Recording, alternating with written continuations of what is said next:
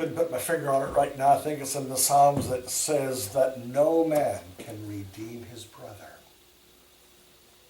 No man. It takes something more than just ordinary humanity. Jesus, well, as I said, was fully human, but he was something more. He was eternal God in the flesh. I am. Before Abraham was, I am.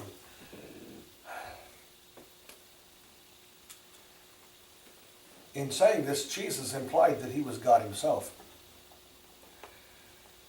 And I know a lot of people that I love that will try to wiggle out of that, to me, a very obvious conclusion of what Jesus was identifying himself. Had Jesus not been truly, fully God, not some demigod, some half-God, but if he had not been truly, fully God, such a statement would certainly have been blasphemous, and the Jews would have been perfectly within their God-given rights and instructions back in Leviticus to stone this man to death. And so the question still rings out across the centuries. What think ye of Christ? Here is a man who claimed to be uncreated God. And yet, he couldn't have been much more than 33 years old. They could find out with a little effort. Luke did something about where he was born, Matthew, and others were aware of his natural human birth. So, you only have three choices. I gave this to you before. This isn't totally original with me. I think it had come from C.S. Lewis, Clive Staples Lewis. It's not a dilemma, it's a trilemma. It's where you have these three choices. Either Jesus is a demon-possessed lunatic, a madman, crazy, ready for a mental institution, like someone going around claiming that he's Napoleon Bonaparte. It's of the same nature. That's a legitimate option. And some people think that that probably was the way it was. You have a second possibility. Jesus was just a con man, an arrogant liar. Shrewd, convincing, but a deceiver. You have those two choices, or you have a third choice. He really is the King of glory. He really is Lord of all, God himself. Not God the Father, but the Son of God. And I want you to get this.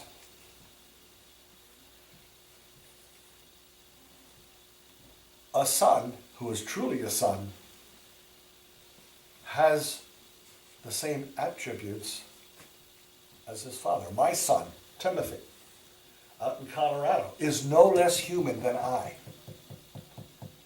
Jesus, the divine Son of God, is no less God than his Father. In the beginning already was, the Word is another title for Jesus.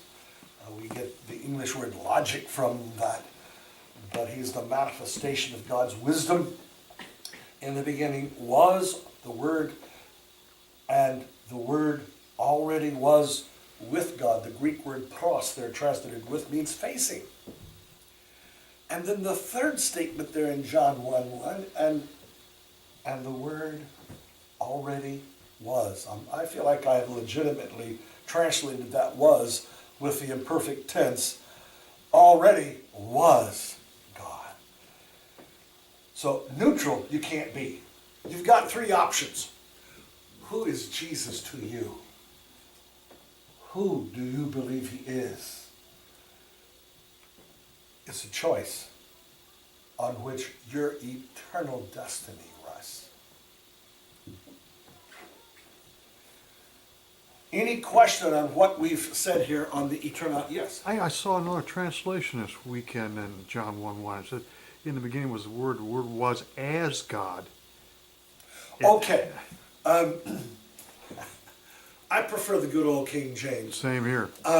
what I think, and I don't know who was the translator on that, what I think they were trying to do, and I'm trying to give them the benefit of the doubt, I'm not trying to be harsh in my judgment, they were probably wanting to make it clear that Jesus was not God the Father, and that Jesus was still fully divine as God the Father. That is going to be my assumption. I would not translate it that way, because it kind of leaves a loophole, it kind of leaves a door there. And I think that's something of an unfortunate translation, in my opinion. Although the person, I would hope, I don't know what translation that was. When it was on a DVD. Oh, it was on a DVD, okay. I'm not that person's final judge, but to me, it doesn't reflect the bottom line that I think John had in mind. John's whole purpose in writing this gospel. He starts out with this concept there in John 1, the very first chapter, and if you notice, he ends up in the very last chapter, and the chapter just preceding this, at the resurrection of Christ, where Thomas proclaims before the risen Lord his astonishment as he proclaims, "My Lord and my God." Thomas was not swearing. I've known people that's tried to say, oh, he's just using Lord and God as an expletive. And I thought, no, how low can people go in trying to... that way too. I got, when I was a kid, saw a picture strip form. Well, how low can people go in defending the heresy that Jesus is not who he claimed he was? Remember another verse? I think it was over in John chapter 5. I've already covered this earlier, but perhaps I need to bring it out right now. And that was where Jesus said that, let me look it up. He said that you should honor the Son, give the Son the same honor as you give the Father. Okay, here it is in Gospel of John, chapter 1, verse 23. He says that all men should honor the Son. Jesus gave this command to his disciples. All men should honor the Son even as they honor the Father. Jesus is to receive the same worship, the same allegiance, the same commitment of our hearts and lives to him as you do to God the Father. Can you say that again? Okay, it's John chapter 5, verse 23. The first part of the verse, I'm not even quoting the entire verse. But here, Jesus is in effect claiming equality with God. Here's what I'm saying, either the guy's crazy, or demon-possessed, or he's a con man, or he is who he said he is. No ordinary human being could ever make the claim or make the demand upon those that are with him. You've got to honor me just like you honor God. Give me the same honor, respect, allegiance, worship that you give to God. Anybody that's saying that around here, I'd get out of their way as quickly as I could. I've said years ago, when that whole episode with Jim Jones came up, that when that man threw the Bible down and said, you don't need the Bible anymore, you've got me, there should have been alarms going off in the heads of all the people in that congregation, and they should have gotten out of there as fast as they could. But Jesus said it, and he backed it up with genuine, not make-believe miracles. The gentleman that I referred to claimed to perform miracles, but they were all hoaxes. But Jesus performed legitimate miracles. He even raised the dead, healed the leper, opened the blind eyes, cast demons out of individuals. He set the captives free. Oh, hallelujah. Changed lives and hearts, and he's still doing it today. That's why we're glad to know him as Lord. One point where Paul said, we're to proclaim Jesus Lord, calling Lord to the glory of God the Father. I believe the word Lord there, it's kurios in the Greek. But kurios that's the Greek word translated there, was the same word that the Greek Septuagint, that's the translation of the Old Testament scriptures, it's the same word. And this translation was made a couple hundred years before Jesus came. The same word kurios was made as a translation for the tetragrammaton, the most sacred name. Now you're with me. Our brother's part Jewish, and so he keeps up with me here. I thought, I always like it when I get responses. It's like the light just came on. But the name kurios was how that the word Yahweh, Jehovah is an inexact translation of the Hebrew tetragrammaton. Tetragrammaton means 4 letters. I don't want to lose you. And they didn't have vowels. I told people humorously that they couldn't buy any vowels back there. They have a game here in our country where you can buy a vowel. And I'm sorry, Vanna White wasn't around, you couldn't buy a vowel. But the Hebrews instinctively knew what vowel sounds to put with that. And Hebrews today, Orthodox Jews won't even try to pronounce it. It would either be Yahweh or Yahweh, something close to that.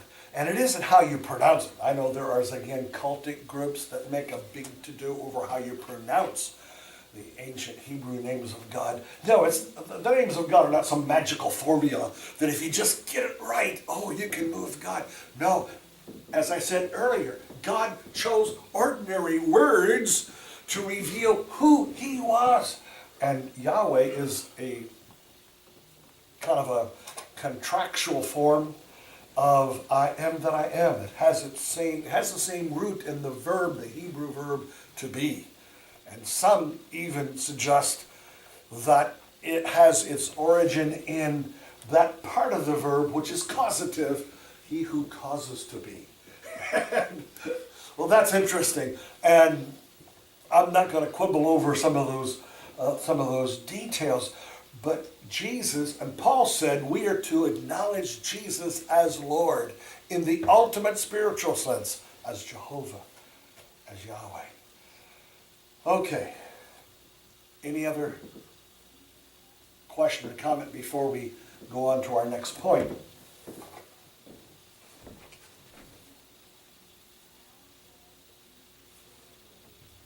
All right. The fact that God, yes. So you said John 8:58, before Abraham was born, I am. Actually I encountered before, but I didn't realize such a deep meaning. But this he declared, I'm God. Yes. So is there any equivalent places Jesus said, I am God, or some? Okay. There is no place where he says, I am God. But he uses the titles of God in the Old Testament. And I think you missed some of this, but in the last couple of Tuesdays, I'd shown how that certain titles like the beginning and the end, the first and the last, that Jesus used and other New Testament writers used in reference to him were used in the Old Testament as designating the only true God. And so Jesus would often pick these terms up and say, I am the first, I am the last. And so while he never said, I am God, okay, he does say, in reference to himself before Abraham was, I am. And I realize he's speaking in what we might call code. C-O-D-E. Right. It's terminology which may escape a person that's not really paying attention, but the Jews were paying attention to that day, and they realized that he had made a claim to being God. He did. The word God would have been theos, and I don't know what it would have been. It might have been Elohim, and well, they would have spoken Aramaic, and Elohim is Hebrew. I'm not sure what the Aramaic for God was, but Jesus used this term, which was clearly a name for the only God, in Exodus 3. Exodus 3:14. If Moses said, well, if I go and talk to them, whom shall I say has sent me? And God said, tell them, I am has sent me unto you. Jesus stands up and makes the bold declaration before Abraham came into being. Before Abraham was, pinpoint action. I am. And this is a present tense thing, just like we have back there with Moses before the burning bush. To me, it's a clear statement of Jesus identifying himself with true God in terms that would have been unmistakable to a Jew. Remember, Jesus came to the Jews. It says in John's Gospel at the very beginning, came to his own, and his own received him not. But to as many as did receive him, that includes us. To them gave he power. This is power of attorney, you know. It's the right and privilege to become sons of God. Oh, hallelujah. So, I hope that helps. I know sometimes you miss some of these little points, but I've spent several weeks on the eternality of Jesus, and we just concluded that. That's why I kind of backed away and wanted to be sure there wasn't any unfinished business here. Okay, these other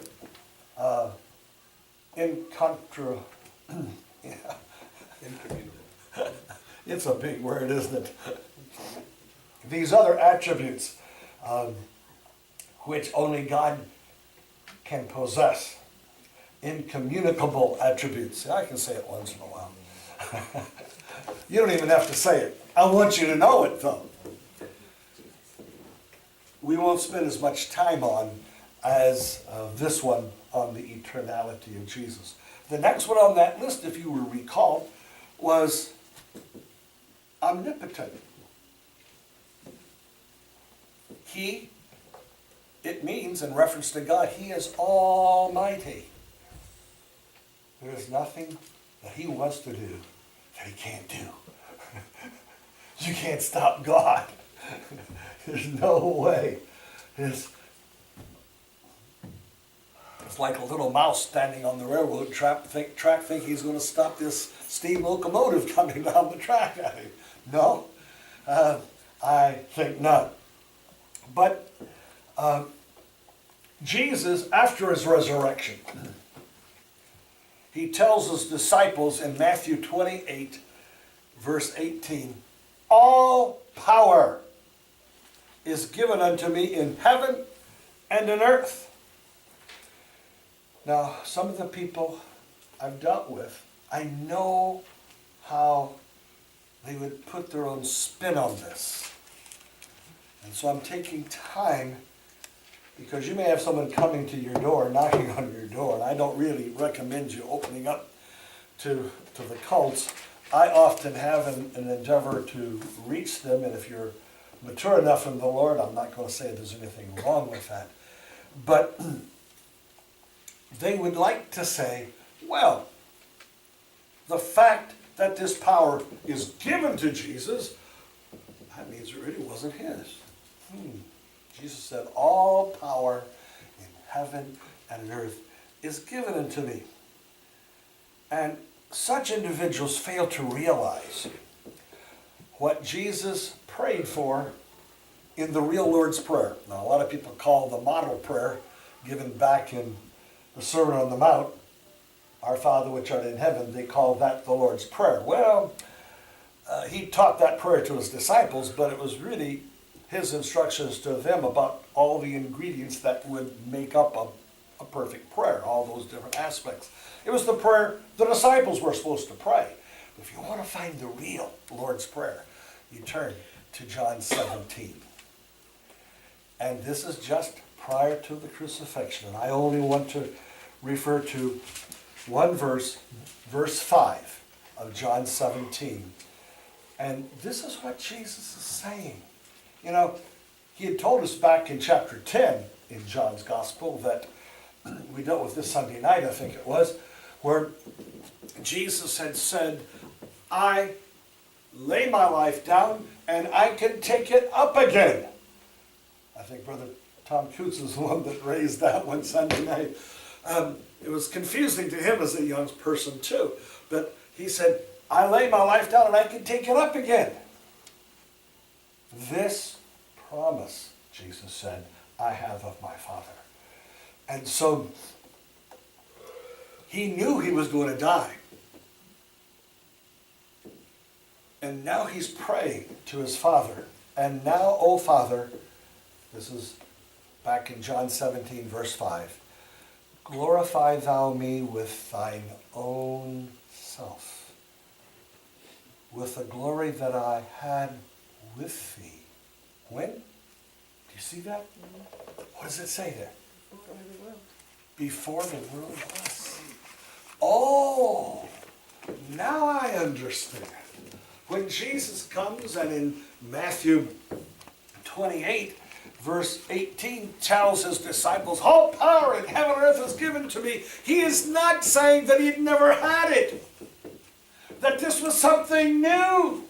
No, because he had already called on his Father to restore all of that authority and power that had been his before the world was. So Jesus is not telling his disciples that this power was not rightfully his, nor that he just got it.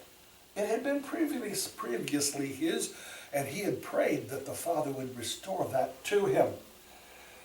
Now, I need to explain a little bit on this, and I need to go over to Philippians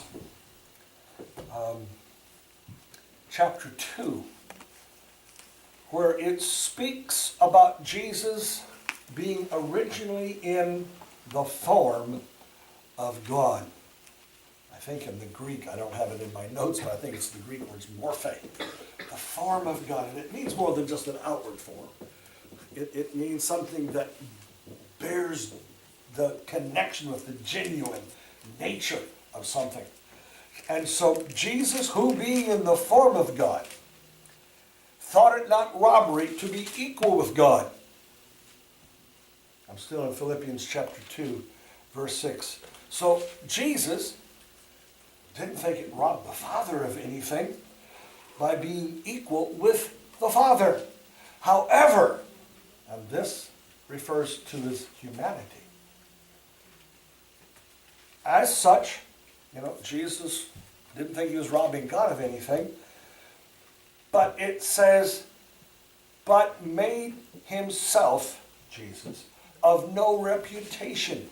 So Jesus did not try to selfishly hold on to that equality with God. You see, in becoming human, really human, genuinely human, he was